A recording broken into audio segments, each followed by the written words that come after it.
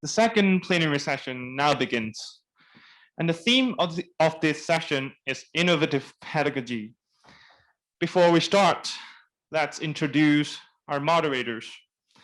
First, we have Dr. Lau, Joseph Yip. He is lecturer, Division of Business and Hospitality Management, PolyU CPCE, and associate member, PolyU CPCECPR. And we have Dr. Kwok, Frida Yin, senior lecturer, Division of Languages and Communication, PolyU CPCE, and member, PolyU CPCECPR.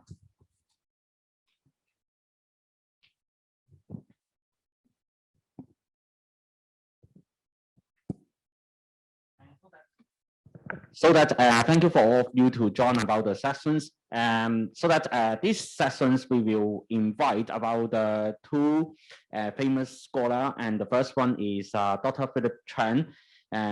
Is a senior lecturer, come from Faculty of Education, Monash University.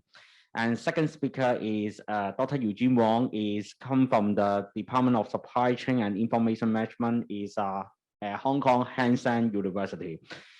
He is held for the associate professor. Hello, everyone. My name is Philip Chen. I'm very glad to participate in this conference.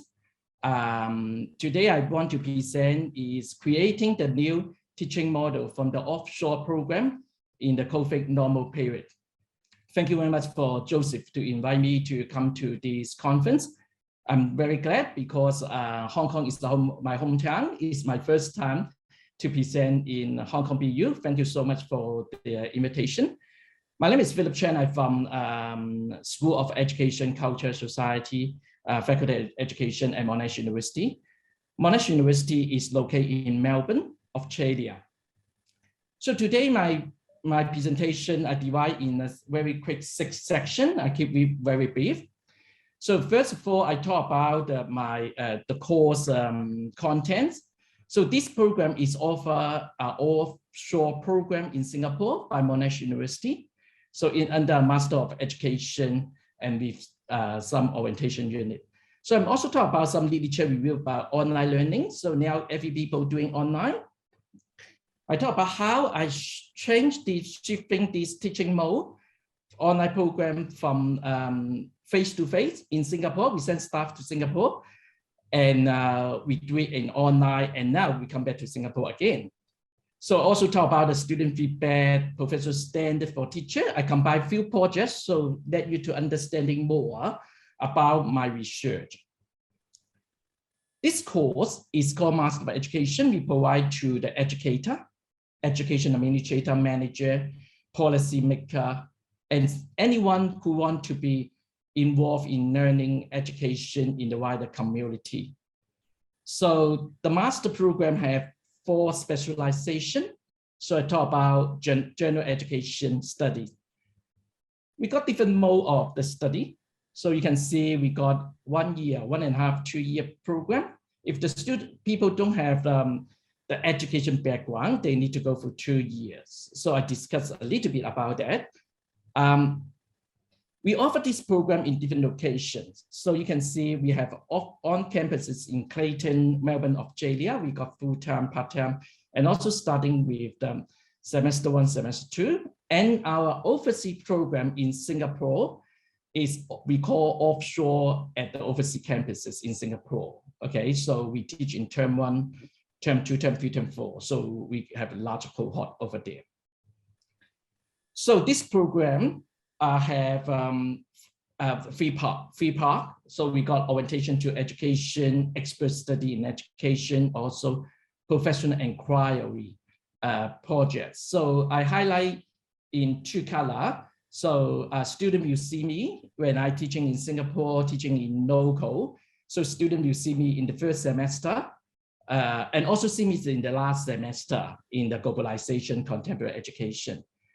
So in this 2 years, we know our students very well because they are studying online as well. So give you some idea what is the approach for teaching online. So we use active learning mode. So active learning mode means we provide opportunity to engage the student online. We provide opportunity the student will be deepening their understanding through student collaboration, participating in their own project, decide to their understanding. So we talk about how can students work together. That is so important, especially we talk about online. So we got 3 modes of teaching. So you can see we got face-to-face, syndromes and asynchronous teachings. So face-to-face means we particularly put them to our tutorial room. Okay, so every people know that. Okay, we put the student in the tutorial room. They got set of time, set of place. They do it together. Face-to-face is still popular. I will explain very soon. Okay, asynchronous means independent of the time and space. That means is we put the recording material online. The students study by themselves. Synchronous teaching means we have interaction will be online. So I will talk about it more about it. COVID-19, of course, okay, give the student a lot of difficulty. In-person learning, tutorial, we replace the synchronous online learning, use Adobe Connect Zoom team. Practice sections will be put in a video stimulation, okay, or postponed to the face-to-face. Examination, I'm not quite so sure your student. My student doing examination just in front of the laptop computer, okay, with the examiner to supervise. Or sometimes we turn this to the assessment. Learner also assess the notes recording online. So as we said, we put everything online. We put, they contact the tutor, instructor by email, okay, messengers, okay, put in the course forum.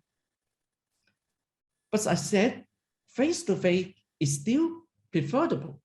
Why? We just doing about one research. One of my research fellow just sent this chart to me. If you can see this one, so you can see face-to-face still popular. We're doing the research right now, talk about student led to face-to-face or online. And you can see students still prefer face-to-face. Okay, many of our international students now locate outside, okay, not in Melbourne, Australia. So we're doing a research how to our university prepare them when they come back. We ask the question. We ask them what your experience for face-to-face or online, because they all experience. Some student is starting from their 2-year master and from first semester 2020.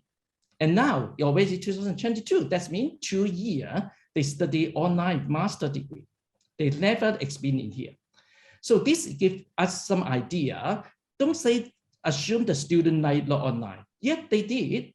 They did very well. Okay, some students doing fantastic well in their examination as well. Okay, in their assignment, doing very good, but they still prefer face-to-face.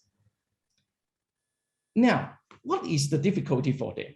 Okay, take example, they have faced a lot of difficulty, such like this difficulty access the university facility, high-speed Wi-Fi, computer, laboratory, learning space, just like library.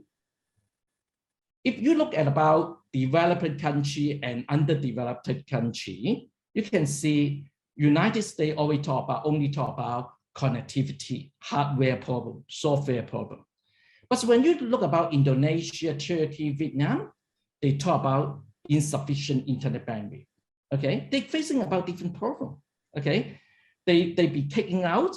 Okay, they have audio, video delays. Once again, I apologize for this delay because I attend the whole morning. Okay, I think it's fantastic. It's no problem. But when I have a presentation, Catherine asked me to come in 15 minutes earlier. But suddenly the computer just locked out. I don't know why. I have a lot of problem. Learner get tired easily because they look at the meeting. time zone is the problem for the student. Now, this time now is 5:30 at Melbourne, just 2:30 in Hong Kong. That's fascinating because that is only 3 hours.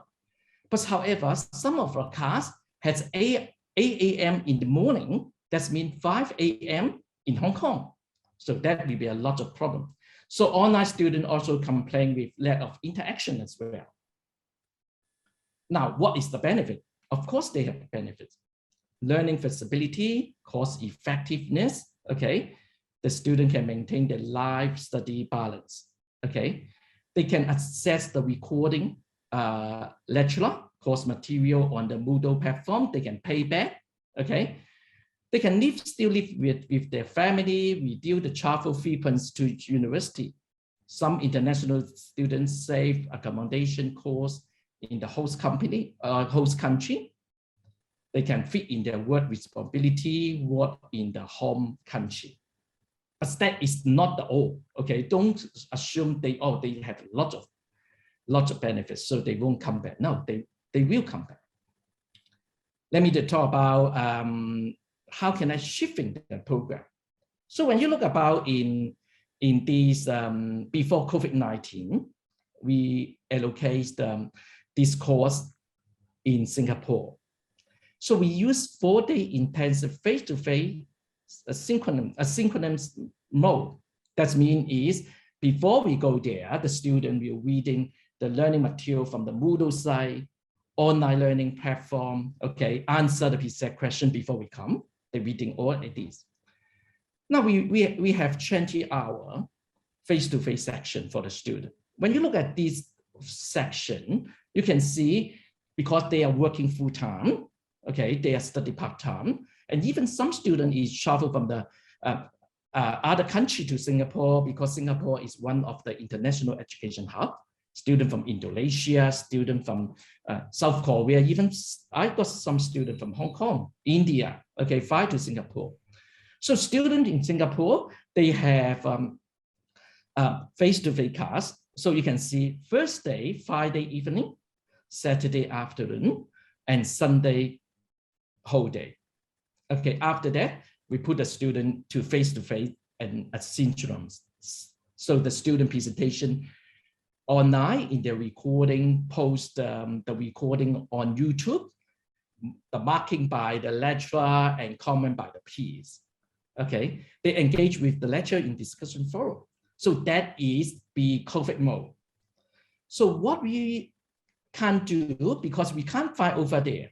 So what we do is we use 2 hours per week, okay, synchronous and asynchronous mode during COVID-19. So you can see the student now doing about 12 week study. These 12 week study allow the student to study face-to-face, not a face-to-face, a real time with us. But as I said, time zone is a problem. Students need to study 7 to 9 p.m. in Singapore.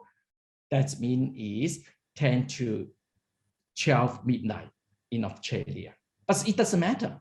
Okay, it doesn't matter because that is the way can help the student.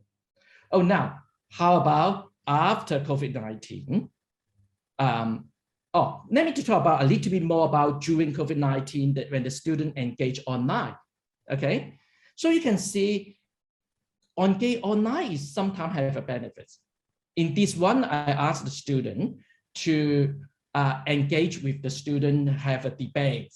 How can I do a debate? You can see the student divide in the different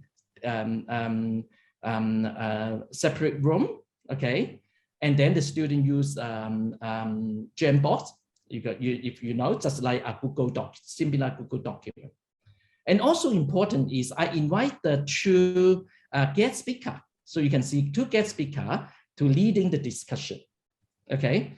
So sometimes it's good because inviting people not coming to Singapore, not going to Caton, but they just doing join online for 1 hour, okay?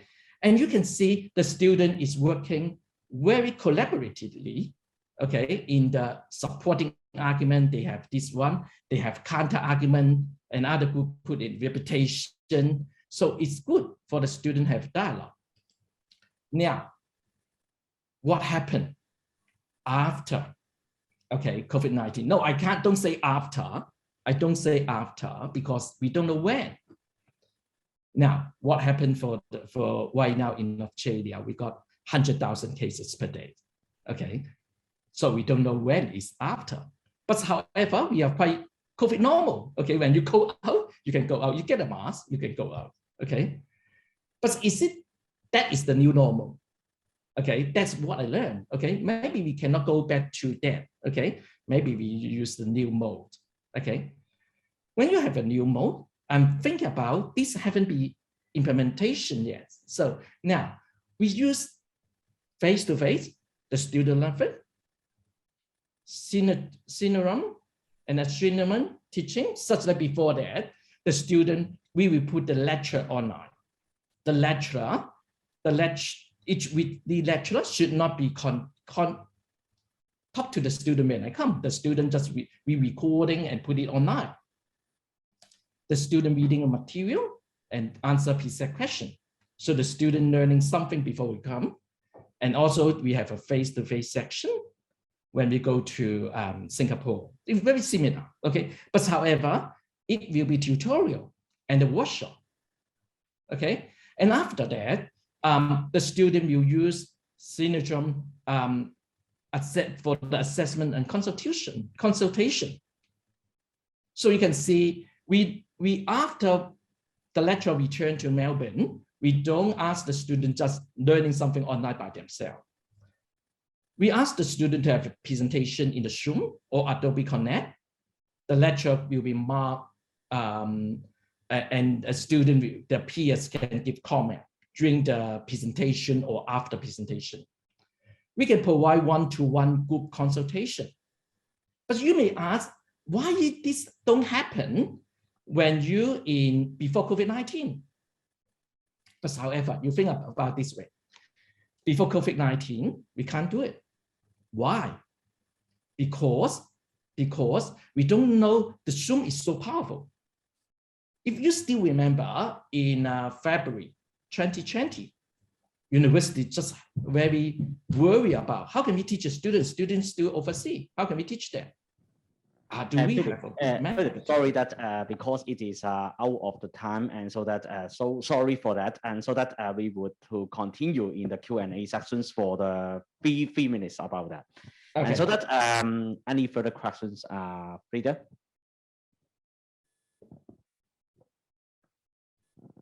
Sorry, Dr. Chen.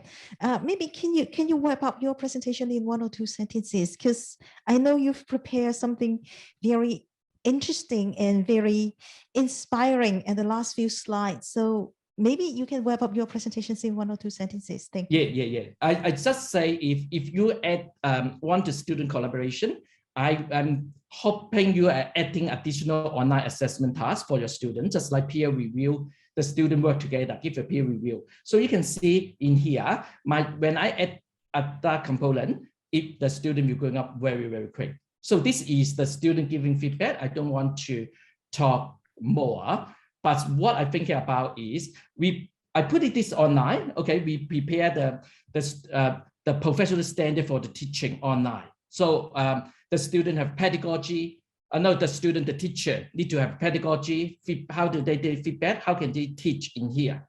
So I just put this PowerPoint online so you can have more about that. I'm sorry about that. Yeah. Thank you, Dr. Chen, for sharing. Participants, if you would like to exchange your ideas with Dr. Chen, you may keep posting your messages on the Padlet, or you may type your messages on the chat box. Thank you.